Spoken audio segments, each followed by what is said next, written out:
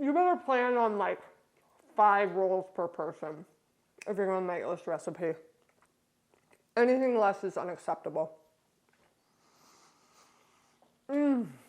What's up, everybody? Welcome to Mom's Dinner. My name is Susie Weinrich. Here, we're helping you feel successful in your kitchen with super simple and delicious recipes. If that sounds good to you, we would love to have you subscribe to the channel. Grab a seat today, because if you've ever wondered how to make really good dinner rolls that are pillowy soft and buttery and golden on the outside, this is going to be the episode for you.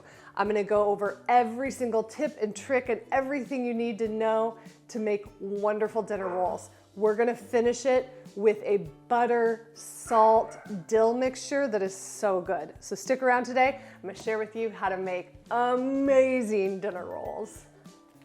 All right, before we get started making the dinner rolls, I want to go over a couple ingredients and tools that make making your dinner rolls easier. The first one is having liquid measuring cups. This is the appropriate tool to measure out any kind of liquid. In this case, we're going to be measuring milk and water, and it needs to be the appropriate temperature. So being able to put these in the microwave if I need to and warming that liquid just a little bit makes everything so much easier. Speaking of warm liquid, another great tool to have is a instant read thermometer.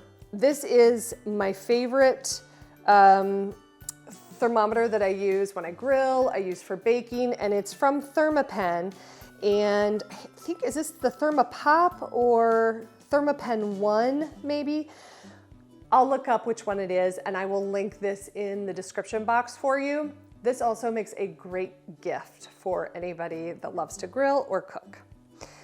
The other tool or equipment that you want to have is a stand mixer. Is going to make making your dinner rolls so much easier. Usually if you have a stand mixer, it comes with a paddle attachment as well as a dough hook. Again, this is going to make your dinner rolls so much easier to make. Dinner rolls are made with super simple ingredients: flour, milk, water, sugar, kosher salt, butter, a little oil, and of course, yeast. So with this recipe, we need to have an active dry yeast. When you go to the grocery store, there's going to be a few different options of yeast that you can buy. There's probably an instant yeast as well as a quick rise or rapid rise yeast. This recipe was written for active dry yeast. So that is what you want to get. I usually stick with the Red Star brand just because I know that it's consistent, it's available in my grocery store, and it's high quality. The other thing you need is an all-purpose flour. I have made this with just store brand flour. I have made this with King's Arthur flour, and I have to say that I do prefer the King's Arthur flour. Regular store brand flour will definitely work. I just happen to like the King Arthur's flour. We're gonna start by blooming that dry active yeast, and you want to get about a half a cup of warm water, somewhere between 100 to 110 degrees. Add 1 tablespoon of just white sugar and get that stirred in so it starts to dissolve. Now you're gonna add both packets. You need 2 1/4-ounce packets of dry active yeast. Get them both added into that warm water, and that sugar is going to feed the yeast and it's going to start to bloom. You want to set this aside for about 10 minutes. Now, measuring your flour correctly is one of the secrets to really good dinner rolls. I like to do this by aerating it first with a whisk. I keep my flour in this container. You could also do it just in the bag of flour, would work too. Take a whisk up that flour, and then you want to spoon it into the cup measure instead of dipping the cup into the flour. This allows for more space in your flour, and so you get the correct amount of flour. You need 5 cups of all-purpose flour, a 1/4 cup of sugar, and half a tablespoon of kosher salt. I just get that mixed up with the paddle attachment in my stand mixer just for a couple seconds. And then we need to go in with some warm milk. 1.5 cups of warm milk, somewhere between 100 to 110 degrees. and then get a 1/4 cup of canola oil added to that milk. Give it a really quick stir, and then we're going to drizzle it into that flour mixture. Let that stir until there's no more dry flour. Look at that bloomed yeast. It is so beautiful and it smells so good. Get that added into that flour mixture and then just get it stirred together until it just all is incorporated. Now at this point, I'm going to take off that paddle attachment and I'm going to replace it with the dough hook, because this is when we're going to knead the dough. The stand mixer is going to do all the work for us. We're going to knead it for about 3 to 4 minutes, and then we're going to check on it. If it's still really wet and hasn't kind of pulled together, you want to add 1 to 2 tablespoons of flour and then continue to mix it. Mine looks pretty good. It's pulled together. It's still a little tacky, but we're going to go ahead and keep mixing it for another 3 to 4 minutes for a total of about 7 minutes. All right, we are at the end of about 7 minutes and the dough looks great. It is into its own little ball. It's pulled away from the sides. It's still a little bit tacky, but not so much. So I'm gonna add a little bit of flour to my countertop just so it doesn't stick to my countertop when I pull it out here. Whoop. If it went the right way, it would work better. So I'm just gonna pull it off the dough hook here. There we go. And kind of scrape it out of the bowl.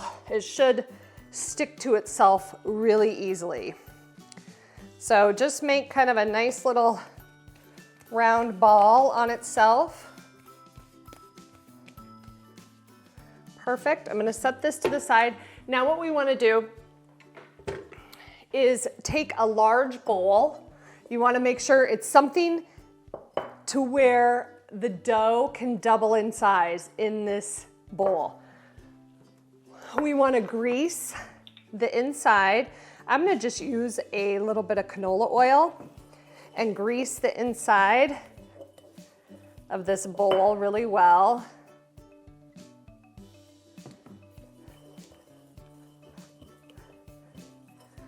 Okay, then I'm gonna pop this in here. I'm gonna just kind of flip it over a couple times. And that looks absolutely perfect. So what we wanna do at this point is we're gonna let this rest covered, and you can cover it, I usually cover it just with a tea towel. You could cover it with plastic wrap, would work as well. You just want to lightly cover it here. Keep it in a warm place. My kitchen is pretty warm today, so I'm going to just leave it here on the countertop for an hour and a half, and the dough ball should double in size during that time. Look at that dough ball. It has doubled in size so beautifully. I absolutely love it. So at this point, what we're going to do is punch that dough down. You literally just want to make a fist and punch right into the middle of that dough. Then I like to fold it over on itself just to deflate it. Then we're gonna turn it out onto either just a floured countertop surface. I'm gonna cut this dough up and I don't wanna mark up my counter, so I'm gonna go ahead and turn it out onto that cutting board. I'm gonna flour that up and then just pull it right out of the bowl. It should all pull out together.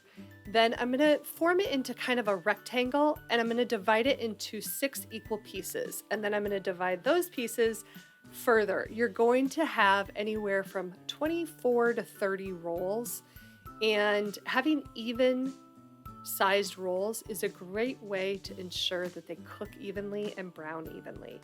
I'm gonna bake mine in a 9x13 pan, so you wanna go ahead and butter the pan that you plan to bake them in. This is another tip for really good dinner rolls, is forming them, like I said, evenly and smoothly into a nice ball. And this is the method to do it. I'm going to show this to you a couple times so you can really grasp how this is done.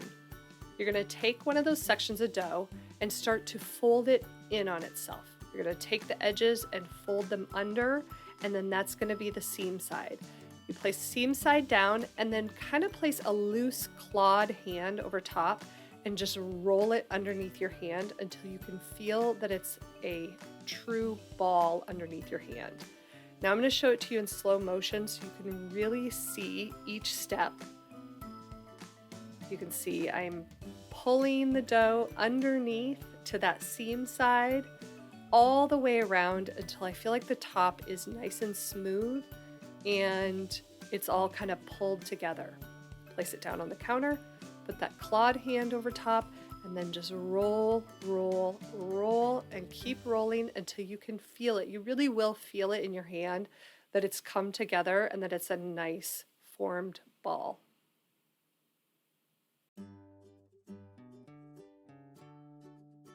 Now, since I'm using a 9x13 pan, I did 6x3 in my pan, so I had 18 rolls, and now we're gonna cover it up and let it rise for another 40 minutes before it's time to bake. All right, we've let the rolls rise for the second time. It's been about 40 minutes, so we're gonna uncover these babies, and they look perfect. They look absolutely glorious. Oh my gosh, so good. So I've got the oven preheated to 350. What we're gonna do now, if I can find my brush, I've got some melted butter and we're gonna brush the tops of these. I think I put it in the dishwasher.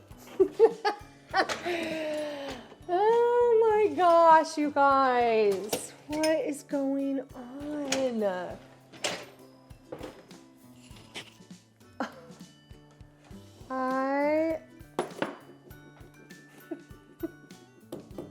It doesn't belong in this drawer, so all right.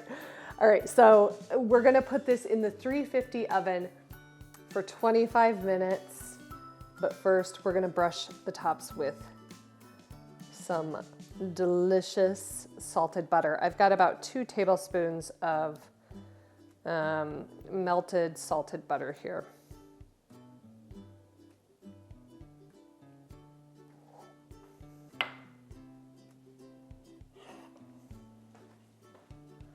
Oh my gosh, these rolls, my whole house smells like baking bread. It just doesn't get any better than that. Okay, but these suckers are not done. We've got one more step. And so we're going to, I'm gonna look this up real quick because I don't have it quite memorized. We are going to make this little kosher salt, dill, butter, and just a titch of sugar topping that we're gonna sprinkle over top. We're gonna do 1 teaspoon of sugar. So these rolls are not gonna taste sweet. They're not gonna taste like Hawaiian sweet rolls. They're gonna taste like yummy dinner rolls. This topping is so, so incredible. Okay, then we're gonna go in with 1 teaspoon of kosher salt and a 1/4 teaspoon of dill. It's not enough to make this taste like, you know, dill pickles. It's just that little something that makes them so fresh and different, unique. Okay, so I'm gonna just kind of sprinkle that in there. Then I'm just gonna kind of stir, I mean, it smells so good. Oh my gosh, just kind of stir that up. Now what we wanna do is take a little bit of more melted salted butter. I've got about 2 tablespoons of melted salted butter in here. And we're going to, generously, so generously, brush it on these rolls. Who doesn't love a buttery dinner roll? So good. And there are options to make these ahead, to freeze the dough, all of that, and I will put all of those options in the description box for you. But What we're gonna do is sprinkle on a little bit of this mixture just to give it that little extra something. And these babies are ready for your table. Yum-ola. So I really, really hope that you make these dinner rolls sometime for a delicious dinner, for a Sunday dinner, for a holiday, Thanksgiving, Christmas, Easter. This is gonna be your new go-to dinner roll that you're gonna love and everybody's gonna crave. You're gonna become the new dinner roll person in your family. So I hope that you make these dinner rolls in your kitchen and they help you feel like a success at dinner time. Join me next week for another recipe video. Until then, we'll see ya. You guys, I can't even handle how good these are. It's like a pillow. Oh my gosh. Lord.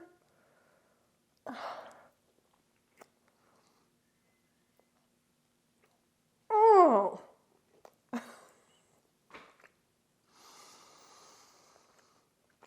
Whoa.